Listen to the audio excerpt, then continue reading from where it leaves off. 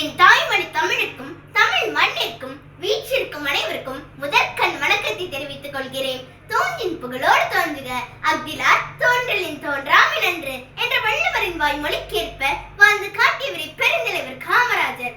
அவரது கரிய தோற்றமும் நெடிய உருவமும் பெரிய கதர் சட்டையும் பார்ப்பவரின் இதயத்தையும் இருக்குமாம். தடம் பார்த்து நடப்பவன் மனிதன், தடம் பதித்து நடப்பவனே மாமனிதன். ஆம், உலகம் போற்றும் தமிழும் தமிழகத்தின் கடை கோடி மனிதனும் கடை தேர வழி கண்ட கர்ம வீரர் காமராஜரே என் மனதை வென்ற மாமனிதர். கந்தக பூமி கண்டெடுத்த கருப்பு வைரம் அவர். ஏழைகளின் துயர்தடிக்க வந்த ஏழை பங்காளர். ராமநாதபுரம் மாவட்டம் விருதுநகரில் 1903ஆம் ஆண்டு ஜூலை திங்கள் 15ஆம் தேதி குமாரசாமி நாடாருக்கும் சிவகாமி அம்மையாருக்கும் அருந்தப்ப புதல்வராய் அவதரித்தவர் காமாட்சி ராஜா. சிறு வயதிலேயே தந்தை இழந்த காரணத்தினால் பள்ளி படிப்பை தொடர முடியாத நிலைக்கு தள்ளப்பட்டார். தனது 16வது வயதில் காங்கிரஸ் கட்சியில் இணைந்து பல போராட்டங்களில் ஈடுபட்டு பல முறை சிறைவாசமும் கண்டார். 1954ஆம் ஆண்டு தமிழ்நாட்டின் முதலமைச்சரானார். முதலமைச்சராய் பதவி வகித்த காலத்தில் ஒரு கிராமத்தில் ஏழை சிறுவன் மாடு மேய்ப்பதை கண்டார். அச்சிறுவனிடம் பள்ளிக்கூடம் செஞ்சு பிடிக்காததன் காரணம் கேட்டார். அச்சிறுவனோ, பள்ளிக்கூடம் செஞ்சால் எனக்கு உணவு கிடைக்காது, மாடு மேய்த்தால் தான் எனக்கு உணவு கிடைக்கும் என்றான். இதை கேட்ட காமராஜருக்கு இதயத்தில் முள் தைத்தது போல இருந்தது. ஆம், சுவர் இருந்தால் தான் சித்திரம் வரைய முடியும், உணவு கிடைத்தால் தான் ஏழை மாணவனும் கல்வி ஏற்றி பிடிக்க முடியும் என்று எண்ணினார்.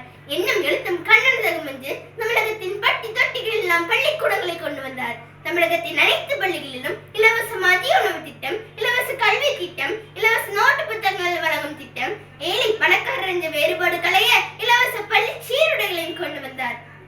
கல்வி பணியில் மட்டுமல்ல, நாட்டு பணிகளிலும் அவர் ஆற்றிய தொண்டுகள் ஏராளம். விவசாயம் வளர்ச்சியடைந்தால் தான் கிராமங்கள் வளர்ச்சியடையும், கிராமங்கள் வளர்ச்சியடைந்தால் தான் அந்நாடு மனம்பெறும் என்பது உணர்ந்த காமராஜர் பல்வேறு நீர்ப்பாசன திட்டங்களை கொண்டு வந்தார்.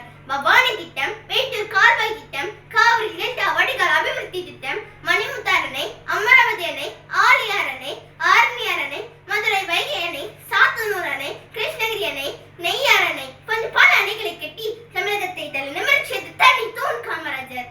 செய்கரை செய்வோர் பெரியோர் என்ற பழமொழிக்கேற்ப வேலையில்லா திண்டாட்டத்தை போக்க பாரத மின் உற்பத்தி தொழிற்சாலை, நெய்வேலி பழுப்பு நிலக்கரி தொழிற்சாலை, ரயில்பட்டி இணைப்பு தொழிற்சாலை, கிண்டி மருத்துவ சோதனை கருவிகள் தொழிற்சாலை, மேட்டூர் காகித தொழிற்சாலை போன்ற பல தொழிற்சாலைகளையும் நிறுவினார். வெறும் 8 அமைச்சர்களை கொண்டு முதலமைச்சராக பதவி வகித்த 9 ஆண்டுகளும் தமிழகத்தின் பொற்காலம் என்ற அனைவராலும் அழைக்கப்பட்டது.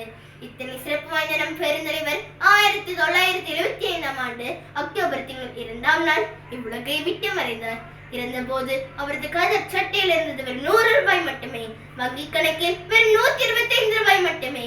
எந்தவித சொத்துக்களும் இல்லாமல் தன் வாழ்நாள் இறுதி வரை வாடகை வீட்டிலே வசித்த நம் பெருந்தலைவரை போற்றுவோம். மண்ணை காக்க தன்னை ஏற்படுத்த மாமனிதரின் புகழ் பாடுவோம். மாமனிதரின் உடல் இவ்வுலகை விட்டு மறைந்தாலும் அவரின் பெயரும் புகழும் அனைவருடைய இதய வீட்டிலும் எந்த புகழ் பாடும் என்பதை மறக்க முடியாத உண்மை. இத்தனை சிறப்பு வாய்ந்த நம் பெருந்தலைவருக்கு 1976ஆம் ஆண்டு நாட்டின் உயரிய விருதான பாரத ரத்னா விருது வழங்கி சிறப்பிக்கப்பட்டது. 1000 கைகள் மறைத்தாலும் ஆதவன் மறைவதில்லை, 1000 தலைவர்கள் உதித்தாலும் பெருந்தலைவருக்கு ஈடவரும் இல்லை. நாமும் உலகம் போச்சு முத்தமிழ் என்று வாழ்வோமாக. வாழ்க பாரதம், வாழ்க நச்சமிழ, வாழிய பாரதம் என நாடு. வந்தே மாதரம்.